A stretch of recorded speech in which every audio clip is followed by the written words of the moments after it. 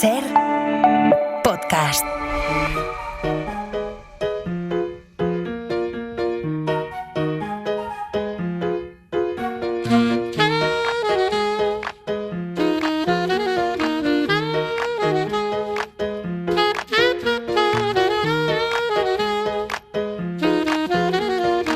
Coordenada 25, con Aimar Bretos.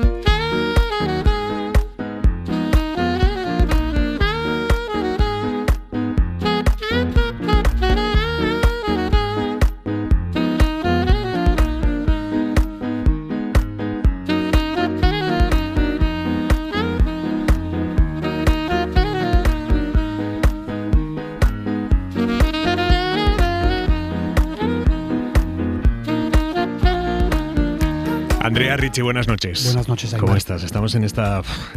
No sé cómo calificar esta cuenta atrás en la que estamos. Quedan 4 horas y media para que expire el ultimátum que les ha dado Trump a los iraníes para que reabran el estrecho de Hormuz, diciendo que si no, esta noche morirá una civilización para no volver jamás. Dice, no quiero que eso suceda, pero probablemente ocurrirá. Sin embargo, ahora que tenemos un cambio de régimen total, donde prevalecen mentes diferentes, más inteligentes y menos radicalizadas, tal vez pueda suceder algo revolucionario maravilloso. ¿Quién sabe? Lo descubriremos esta noche en uno de los momentos más importantes de la larga y compleja historia del mundo. 47 años de extorsión, corrupción y muerte llegarán a su fin. Dios bendiga al gran pueblo de Irán. Cuando hemos leído esto de el presidente de Estados Unidos diciendo esta noche morirá toda una civilización, ¿tú cómo te has quedado, Richie? Bueno, hay muchas reacciones internas, ¿no?, que se producen ante una declaración de este estilo. Las primeras son las del corazón, yo diría, ¿no? La indignación profundísima, ¿no?, ante algo semejante, y por supuesto la preocupación.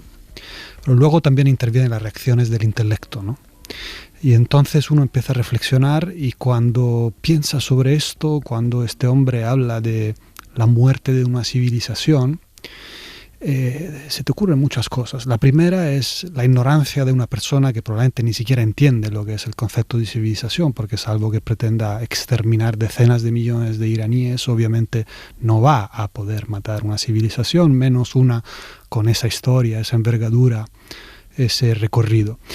Y al mismo tiempo, a mí se me ocurrió que realmente, más que la muerte de la civilización iraní, aquí lo que se está produciendo es el suicidio de la hegemonía del imperio, del imperialismo estadounidense, ¿no? Y la verdad es que se me ocurrieron esos versos de Paul Verlaine, tan conocidos y célebres, aquellos que en francés suenan Je suis l'empire à la fin de la décadence. Yo soy el imperio al final de la decadencia.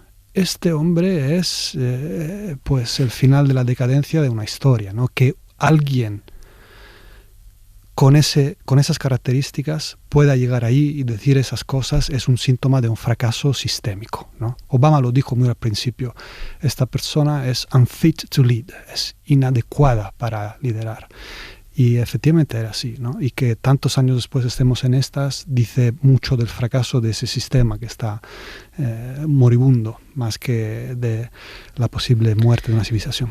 Estamos aquí todos con un tabú semi-establecido, consensuado, de ni siquiera mencionar la posibilidad del uso de una bomba nuclear. Pero el hecho de que hoy, al leer esto, a muchos de nosotros nos haya parecido verosímil, no sé si probable, posiblemente muy improbable, pero verosímil el escenario de que este tipo apriete el botón, esto pone el mundo en otro lugar.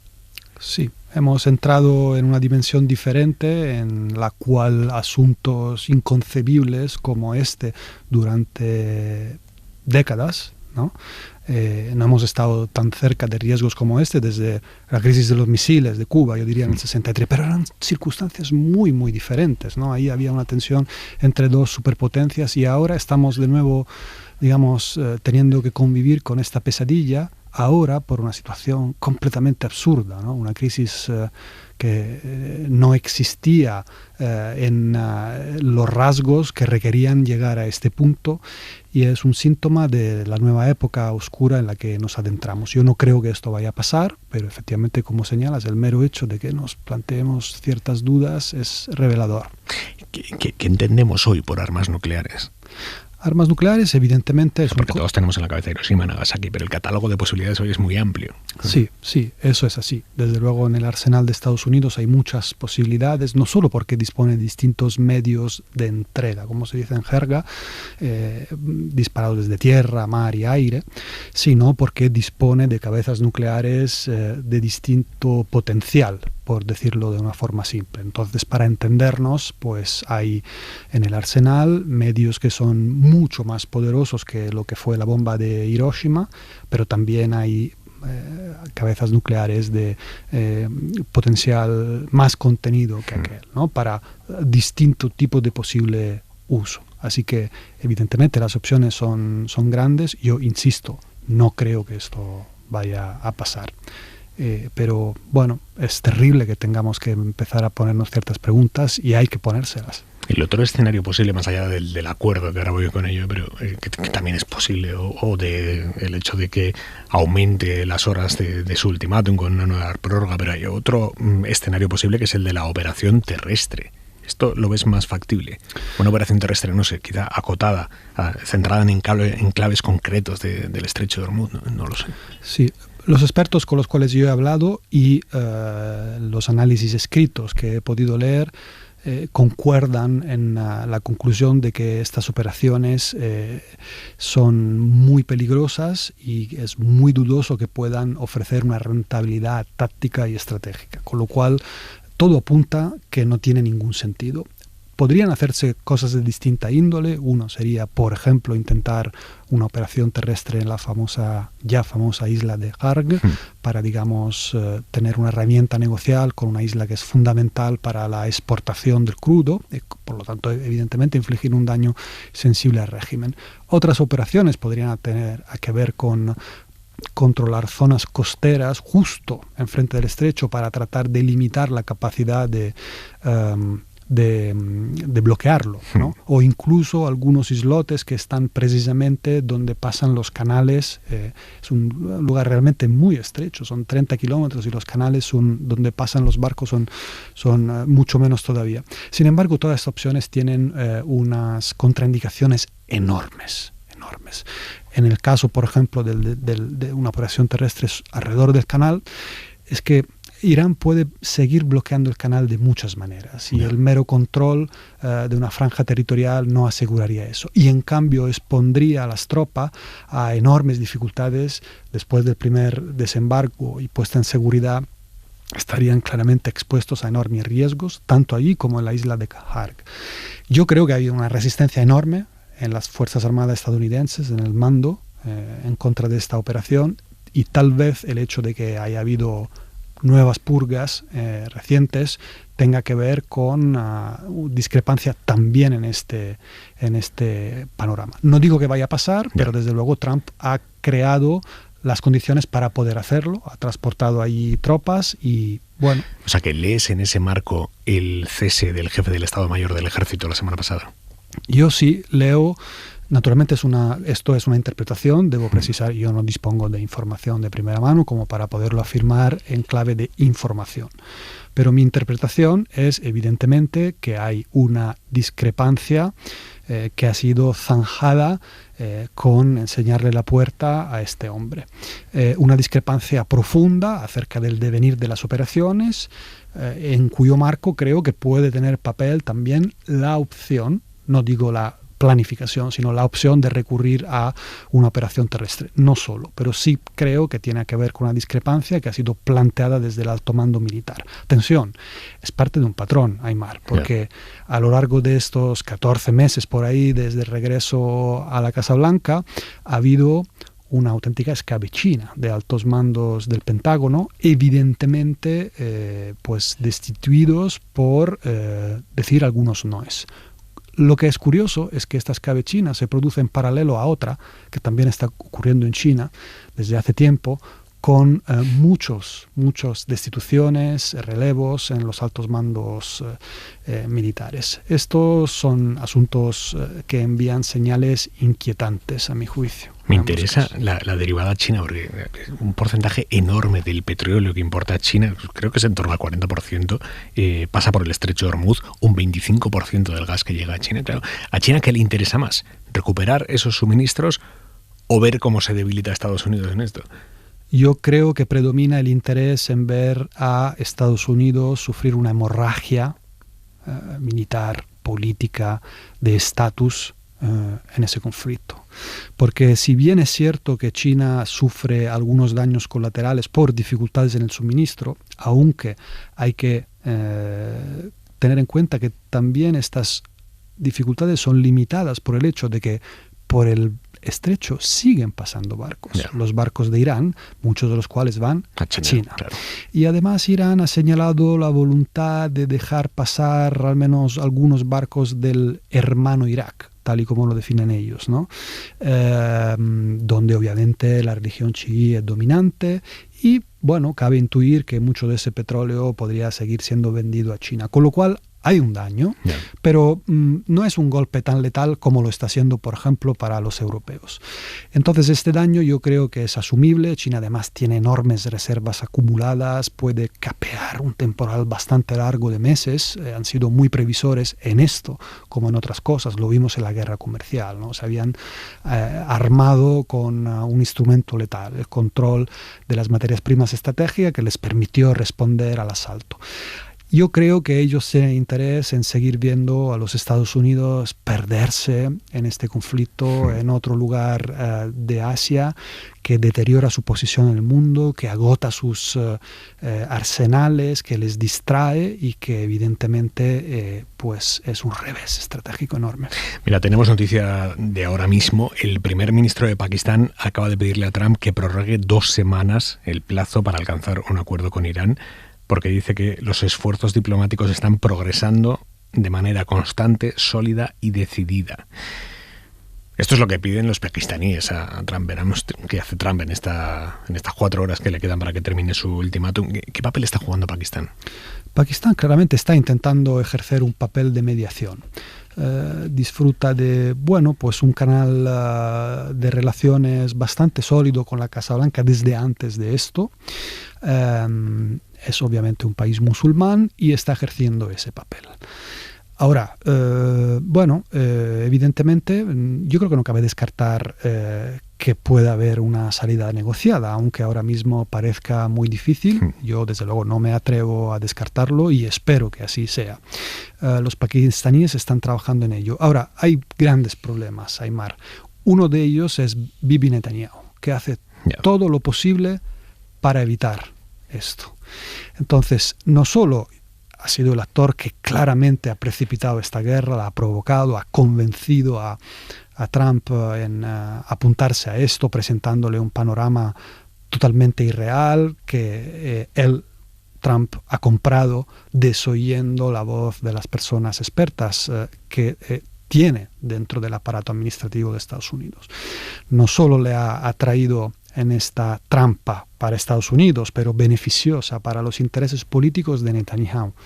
Es que a partir de entonces se está empleando a fondo para evitar que esto se solucione, que se frene aquí, porque claramente su interés, al menos su interés político personal, que luego hay que hacer un discurso si esto coincide con los intereses de Israel, yo creo que no, es seguir adelante con esto, seguir degradando, destruyendo, básicamente destrozar Irán, ¿no? Dejarlo en un estado casi de escombros, ¿no? Y si se generara un conflicto civil que hundiese aquel país durante una década larga, mejor, estaría encantado, ¿no? Entonces está haciendo todo lo posible y vemos que, por ejemplo, hoy ya ha ido golpeando, lo ha admitido, ha ido golpeando ferrocarril, ¿no? Sí. Entonces, hace todo lo posible para impedir que esto ocurra. Bueno, veremos. Y es terrible, por cierto, cómo está quedando opacado lo que está haciendo en Líbano. La invasión y veremos si no anexión por la vía de los hechos del sur del Líbano. Sí. Está el planeta entero mirando a Irán, pero lo que está haciendo en el Líbano es brutal. Es una salvajada. Creo que hay ya 1.500 muertos, hay desplazamientos forzosos de personas, anexión de facto de un territorio pisoteando todo tipo de derecho internacional. Es la barbarie que prosigue, impulsada por un Estado que desgraciadamente está liderado por un sujeto que a mi juicio no tiene escrúpulos y que desgraciadamente no ha sido frenada adecuadamente por parte de la comunidad internacional, ni entendida como conjunto de instituciones internacionales, pero tampoco con el esfuerzo adecuado de actores que podían tener un efecto. En primer lugar, por supuesto, Estados Unidos, que es el gran patrocinador, es quien realmente tiene la capacidad de frenar a Israel. Y en segundo lugar, Europa, que no tiene de ninguna manera el mismo poder de influencia y de condicionamiento sobre Israel, pero que podría haber hecho cosas mucho más sensibles para al menos elevar la presión y dejar clara ante el mundo entero su posición. Por cierto, Richie, hablando de Europa, tenemos elecciones este domingo en Hungría. Trump está muy preocupado por lo que pueda pasar con su aliado Viktor Orbán, hasta el punto de que ha mandado hoy a su vicepresidente, a J.D. Vance, a hacer campaña por Orbán en un mitin esta tarde, el de Vance, que ha sido una enmienda a la totalidad de los estándares europeos en todo. Efectivamente. Ha venido a decir que los europeos no valemos para nada prácticamente, que el que vale es Orbán. Efectivamente, están muy preocupados, sí, porque Orbán es un doble caballo de Troya. Yo he utilizado ya aquí esta imagen. Es un caballo de Troya dentro del perímetro de la Unión Europea, utilizado a la vez por Estados Unidos y Rusia. Entonces, Estados Unidos ha declarado de forma explícita su voluntad de torpedear el proyecto de integración europea. Está escrito en su documento de Estrategia Nacional de Seguridad, publicado a finales del año pasado, y en el cual se señala que Estados Unidos cultivará la resistencia al proyecto europeo. Y ecco qua, tenemos a Vance manteniendo la promesa en cuerpo y alma en Budapest. Al mismo tiempo, conocemos por vía de una información periodística, una conversación telefónica entre Orbán y Putin, en el cual el primer ministro de Hungría, señala a Putin que está a su servicio. Con lo cual tenemos el escenario muy claro. Me gustaría concluir este cuadrito desgraciado recordando que hace no mucho el líder de Vox, el señor Abascal, ha estado también en Budapest para también apoyar este proyecto. Entonces, bueno, simplemente invito a la ciudadanía española a considerar muy bien qué significa apoyar una fuerza como Vox, su posicionamiento en el tablero internacional, el hermanazgo con alguien como Orbán, significa algo muy grave. ¿Cómo puede ser que hoy no haya salido una voz relevante comunitaria a decir es inaceptable que uno de nuestros miembros, no socios, uno de nuestros miembros le diga a Putin en cualquier cosa que pueda ser de ayuda, estar a tu servicio? O sea, ese ponerse explícitamente al servicio de Putin. ¿Cómo puede ser que Bruselas hoy no haya dicho nada? No sé si sería contraproducente. Sí, yo creo que es parte de una estrategia. Creo que Bruselas ha decidido que era oportuno en toda la recta final de la campaña guardar toda la munición en los arsenales, sin utilizarla por el riesgo de que cualquier cosa que se diga sea manipulada, porque no hay que olvidar que en Hungría estamos en una situación de democracia sustancialmente iliberal. Quiero recordar, Aimar, en esta circunstancia además, que las anteriores elecciones fueron consideradas por la misión de observación internacional como free but not fair, libres pero no justas. Esto son palabras mayores, ¿no? ¿Por qué? Bueno, porque obviamente la gente podía depositar la papeleta sin que nadie le presionara físicamente, pero todo lo que fue anterior a ese momento es un terreno de juego alterado. En ese terreno de juego mediático, institucional, judicial, etcétera, bueno, incluso declaraciones que podrían tener una cierta sensatez y cordura pueden ser manipuladas y utilizadas. Y Orbán, desesperado porque evidentemente todo apunta que va a perder, está intentando alguna jugada sucia, alguna operación de falsa bandera, montar la apariencia de algún escándalo de intervencionismo externo que pueda facilitar pues presentarse como el salvador de la patria, ¿no? Entonces es un terreno minado y creo que desde Bruselas han preferido evitar. Andrea, ¿qué lectura nos propones esta semana? Pues mira, propongo un texto que ha publicado la editorial Página Indómita, de Hannah Arendt. En realidad son 2 textos. El título del libro es Responsabilidad personal y colectiva y reúne 2 pequeños ensayos que originariamente estuvieron pensados como discursos. Es un texto ágil, creo que es apto para un público amplio, no es farragoso, difícil, denso, y aborda una cuestión fundamental. Y por eso quiero sugerir esta lectura hoy. Es la cuestión de la responsabilidad de las personas y de los colectivos en tiempos de enormes dificultades. Naturalmente, su reflexión está vinculada a la experiencia del nazismo y cómo los ciudadanos pueden comportarse delante de ciertas derivas. Y hay un margen, ¿no?, que empieza, dice ella, desde la raíz misma de nuestra vida interior, que es el pensamiento, ¿no? La rebelión empieza con el pensamiento, con eso que ella llama el diálogo interior. Yo creo que vivimos tiempos oscuros, en muchos países hay que plantearse una reconfiguración de nuestra manera de estar en la sociedad, y creo que aquí hay algunas claves interesantes. Nos interpela. Desde luego. Responsabilidad personal y colectiva. Richie, mil gracias. Nada, un placer. Para no perderte ningún episodio, síguenos en la aplicación o la web de la SER, Podium Podcast o tu plataforma de audio favorita.